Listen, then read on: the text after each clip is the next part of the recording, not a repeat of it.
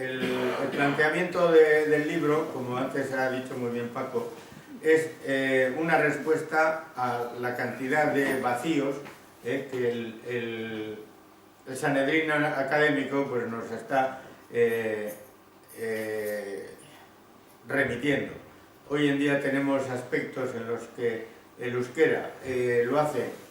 Todavía yo tengo un trabajo en Barrica sobre toponimia, que estamos con un grupo de personas del pueblo, gente mayor, y nos hemos encontrado con algunos de la Academia de la Lengua Vasca que, haciendo su toponimia de Gorliz, pues nos han venido a decir nada menos que Gorliz responde a una palabra de un propietario latino que vivió por allí y que en realidad todo el 85% del euskera es latín. Y esto es la gran aberración que en un momento determinado la academia que ha denunciado Paco está introduciéndonos en el pensamiento. Si hay algunas preguntas, pues lo mejor es entrar en cosas más concretas para no divagar. Árbol, azaldu. A ver, árbol, ¿qué dice que viene en latín? Árbol, la primera cuestión es decir que el latín es una lengua escrita, no es una lengua oral. Como podríamos ver a través de otra serie de consideraciones, el lacio es la landa, el lacio es otras muchas cosas, es la lengua, pero es algo que viene de una manera reducida. Es una ciudad la que se crea en el ámbito de una invasión de los arios en la etapa de los 2 últimos milenios de la historia nuestra, antes de Jesucristo. Este árbol que lo recoge, ¿quién lo recoge? Pues para entendernos, en inglés no se dice arbola. El carácter que recoge el latín es precisamente el de el euskera que estaba impuesto, que como hay otra serie de planteamientos en la página 91 del libro, se habla de una serie de conexiones y contactos y palabras que están en Cerdeña, se verá que alguien aprovechó lo que era palabras vivas para meterlas en sus escritos. Arbola es arbo, arba es rama en euskera. Y bola, que hemos dicho nosotros de chavales desde siempre, menudo choribola que acabamos de ver, una bandada de pájaros. La cantidad de pájaros, cantidad es bola. ¿Y qué es lo que es arbola? Pues cantidad de ramas, ni más ni menos. Es totalmente descriptivo y como lo veían y lo creaban en aquel momento las personas que tenían que dar definiciones para entender de qué se hablaba. Luego vienen las especialidades. En euskera tiene especialidades cada uno de los árboles, cada uno de los elementos que tiene desde la raíz, el tronco, cualquiera de las ramas más expuestas. Todo ello está planteado directamente desde un punto de vista descriptivo, como era la lengua desde esos orígenes donde se entraba en que el pensamiento con la onomatopía también luego en un momento determinado se hizo posicional. El euskera tiene sus propias posiciones, o sea, empieza dándose cuenta de que emen, kemen, queme, cor, an, eso es posicional. Son palabras también que tienen el mismo sentido del carácter de los balbuceos que en un momento determinado establecen precisamente los neandertales y curiosamente en euskera se ha mantenido el kemen hasta finales del siglo pasado en todo lo que ha sido Erronkari. O sea, el carácter roncaler del lenguaje mantenía la K de origen y de inicio. Y esta ha ido evolucionando a Gemen, se hace más en Navarra, Y al final aquí pues hemos perdido el carácter fonético y se ha quedado en una H muda que al final se dice M, sin más. Pero eso es parte de la evolución que nos plantea precisamente lo que es todo ese valor descriptivo de las palabras en sus matrices originales. Guernica con arbola, ¿qué se refiere? ¿Al tronco o a las ramas? Bueno, yo creo que ya Guernica con arbola es una institución como tal, muy próxima en el tiempo, y no es precisamente el hecho de la concepción general. La institución es el árbol, es algo que da ramas y da sombra y da muchas cosas, es simbolismo. Como tal simbolismo, yo creo que está más allá de lo que en un primer momento desarrolla precisamente la lingüística. La lingüística al principio lo que hace es recoger ese símbolo de la rama, arba, la bola, la multitud, la cantidad de ramas, la que da la imagen que expresa. Eso luego sirve pues, para hacer leña, para hacer armas, para hacer chabolas. Chabola, cha, es una palabra también onomatopeica del euskera, que esos plastazos en ese tema, porque al final todo lo que hacían de las propias construcciones terminaban siendo revestidas para protegerse. Hay un aspecto que no se ha tocado, pero que es muy digno de lo que es el conocimiento de las comunidades que son nómadas recolectoras. Todavía existen en el mundo, afortunadamente para el estudio y el conocimiento de toda esa trayectoria, comunidades agrícolas cazadoras recolectoras. Estos tienen una imagen clarísima del símbolo, que es lo que es la choza. O sea, los pueblos khoisan, que son los bosquimanos, que les llamaban despectivamente los holandeses invasores de Sudáfrica, aquellos tienen una construcción de su propio nido, porque son francamente nidos. Los pájaros crean nidos y la humanidad también creaba nidos. Y es el arco con ramas las que hacían las mujeres. Eran estacionales y las dejaban, se marchaban. El iglú es exactamente la misma configuración también. Y estamos en el uso de unos materiales que son apropiados para convivir y para mantener las relaciones humanas que surgen con la familia.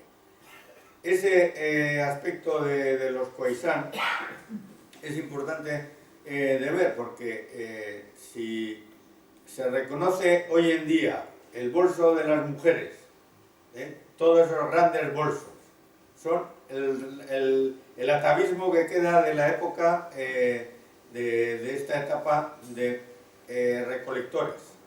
La mujer, ¿qué es lo que hacía? Recolectar. Transmitía, llevaba toda la capacidad médica, toda la capacidad alimenticia, recogía el alimento, porque aunque eran cazadores, no mantenían la propia trayectoria de todo el comer carne. O sea, estas comunidades que hoy en día existen de recolectores cazadores mantienen claramente una dieta muy sana. Y no tienen ninguno de ellos pues, los problemas de obesidad que tenemos en estos momentos nosotros, porque era precisamente una parte es de la caza, el alimento de carne, pero la otra parte era la que la mujer recolectaba en sus movimientos constantes. ¿Qué significado puede tener Gorliz? ¿Cuál? ¿Qué significado puede tener Gorliz? Traducido al castellano. Gorliz para mí, el Gorliz acaba exactamente igual que Urduliz, ¿no? Está claro. El ICS es una zona, es zona geográfica, y Gori es alto. Gorliz es precisamente el paraje alto, la estancia alta de lo que es la zona. En cambio, en Urduliz, ¿qué hay?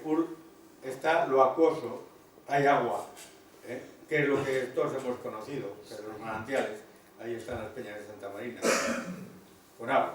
Eso es, nada tiene que ver, desde luego, con antiguos propietarios que se habían hecho dueños del terreno.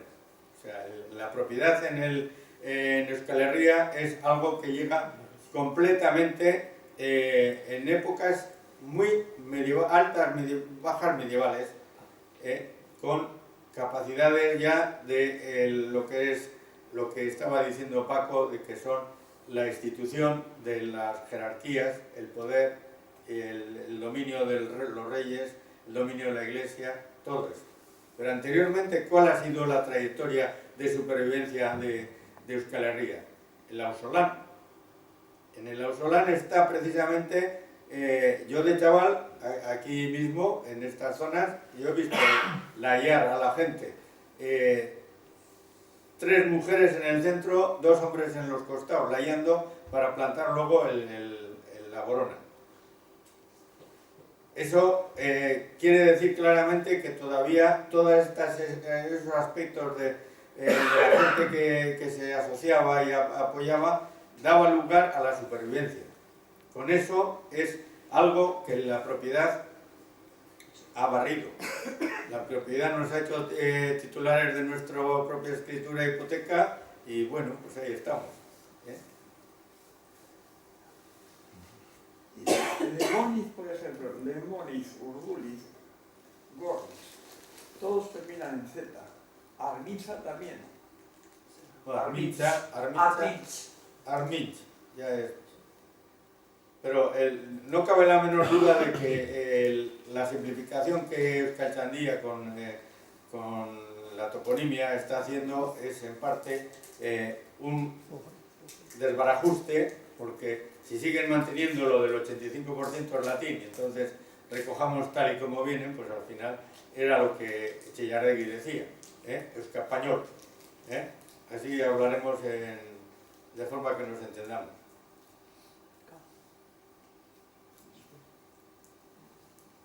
El carácter de lo que se está explicando, el tema recolector de la mujer, en todo el ámbito mundial de la geografía de la Tierra, en el neandertal superior, ha sido homogéneo el concepto de la mujer desde el punto de vista recolector como una cuestión ya intuitiva o una cuestión que significaba culturalmente la división de género de funciones. Es decir, el hombre hace una cosa por una cuestión de decisiones que no tienen que ver con una cuestión espontánea, que puede ser organización política de la división de trabajos. ¿Es eso una cosa que tiene que ver con una cuestión de división de género o es una cuestión que tú crees que es ya innato por una cuestión natural? Euskera precisamente lo que hace es no de diferencia género. O sea, hace la función, la madre, que es la que hemos dicho, que si las palabras del niño se van asociando precisamente al carácter maternal de la madre, es lo que prevalece. ¿Qué es lo que se ha hablado aquí siempre del carácter matriarcal frente al patriarcal? El patriarcal es un concepto claramente del mundo ario. El mundo ario, cuando salta de ese nicho ecológico en el que no se sabe dónde están, porque ninguno de ellos lo puede aclarar. No saben si estaba en el Pamir, si estaba al norte del Cáucaso, si estaba más al sur, no saben. Lo único que saben es que aquellos, con la gran explosión demográfica en el momento de la agricultura, pues se expanden y entonces han creado pues un tipo de modelo que hoy en día está siendo cuestionado, porque los pueblos que han sido colonizados están reivindicando. Hay una serie de trabajos de los neozelandeses que están manteniendo con los pueblos indios de América, con pueblos de América, de Mesoamérica, con todos ellos están manteniendo una serie de reivindicaciones en contra de lo que es la cultura y la filosofía que se generó en Grecia. Esa filosofía que al final terminó marcando al propietario, que anteriormente también existe el tema del Egipto imperial con la cúspide, pero ese es un tema donde yo en este libro no he entrado para nada. Me he quedado precisamente con decir que la religión no existe en los pueblos de Australia. Australia ya han reconocido, les ha costado mucho a los grandes científicos de las universidades europeas y americanas, es decir, que no tienen religión. Si no tienen religión es porque su mundo era el del chamanismo. Era una capacidad simbólica de una serie de cuestiones que nada tiene que ver con el hecho de la verdad y la mentira y todo. Esto es una construcción cultural que se va haciendo en el tiempo, y efectivamente ese simbolismo que crea las capacidades de respeto están marcadas en los pueblos del Khoisan, que hablo de los bosquimanos. Hay una estructura preciosa de lo que es el carácter que toma una persona cuando está en malas relaciones con sus vecinos. Se marcha de la comunidad, y cuando se le pasa el mal rato, cuando empieza a reflexionar y dice eso, vuelve otra vez a la comunidad. No es el hecho de decir ni la pena ni el castigo. Eso no responde a estas culturas que nacían con los pueblos nómadas recolectores. He dicho eso porque, aparte, bueno, se digo otras cuestiones, pero he dicho eso porque en el Ausolán, como bien has dicho, el trabajo es comunitario. Tanto la mujer como el hombre hacen el haya con la herramienta y están en simultaneidad de función a un trabajo concreto. ¿Por qué en el tema recolector, si en el Ausolán hay una población homogénea donde no hay diferencia de género en el trabajo? La pregunta era precisamente por qué hay la evolución del elemento recolector en la mujer cuando en el Ausolán, a la hora de arar la tierra para coger el alimento, hay simultaneidad de trabajo homogéneo. Has mencionado, la mujer está rayando. La mujer es mucho más fuerte que el hombre. Bueno, no, sí, pero ahora está, bueno, ¿por qué hay esa contradicción que es para un trabajo? Vamos a ver. Por ahí va un poco la...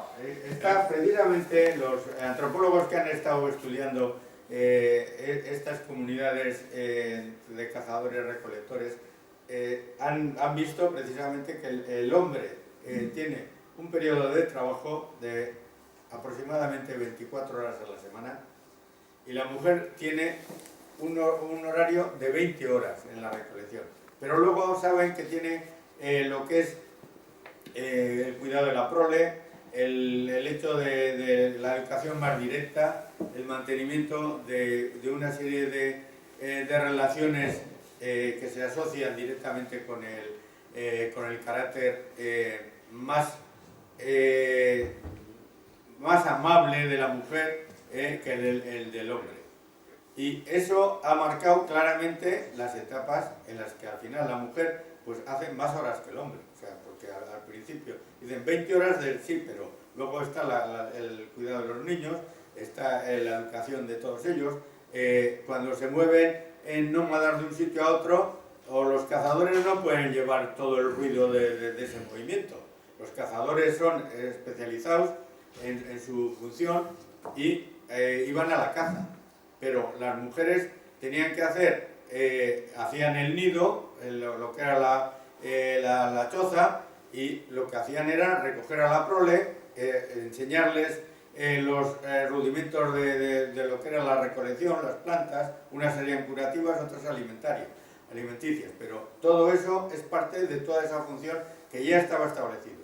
Y esto se establece hace 1.700.000 años cuando en Olduvai Bay empiezan a verse hitos de que la mujer ha recogido claramente el hecho de compartir, de repartir los alimentos. En todas estas comunidades que estamos diciendo, es primordial es la comida de los niños, el alimento de los niños. Si alguien tiene que pasar hambre, es el hombre. O sea, eso está recogido así por todos los antropólogos en todo momento. Y la función de la mujer es la de estar al frente de toda esa corriente de educación, de respeto en lo que es el continuo de la supervivencia de la comunidad. Si las pinturas rupestres están pintadas por la mano del hombre o de la mujer. Bueno, difícilmente podemos saber algo de Es esto. que he oído yo una versión de que estarían seguramente por la mano de la mujer. Bueno, yo creo que eso no tiene tampoco mucha entidad, No. el separar en ese sentido. Yo creo que los otros aspectos sí son importantes para marcar la trayectoria de la mujer en nuestra especie, porque ha sido la que ha mantenido el idioma, ha sido la transmisora de la lengua, ha sido la educadora de todas las funciones, y el hecho de que pintasen unos otros pues dependería de actitudes. Uno de los aspectos que tengo yo analizados es la banda ancha de inteligencias. Todos tenemos capacidades para todo, unos más en unas cuestiones que en otras. Y en este aspecto, el hecho de que uno sea más hábil con la mano que otro o que otra, eso creo que es a partes iguales tocaría. Si hay alguien que pueda decir, pues antes han nombrado a Oteiza y a otra serie de personas, pues muy bien, pero también ha habido mujeres que han pintado y han sido reconocidas mucho más tarde. El tema de la capacidad a desarrollar de cada uno de ellos, pues estará en la banda. Unos serán más hábiles para las matemáticas, otros tal. Eso es una banda ancha que tenemos todos. Pero no está demostrado. Nunca puedes demostrar nada de eso porque no hay capacidad Hasta para... ahora, como nos han dicho que ha sido el hombre el que ha pintado. No, bueno, habrá sido el hombre y la mujer. Hay una serie de cuestiones que se recogen en el libro que son pinturas que reflejan claramente lo que son los rasgos del Neandertal.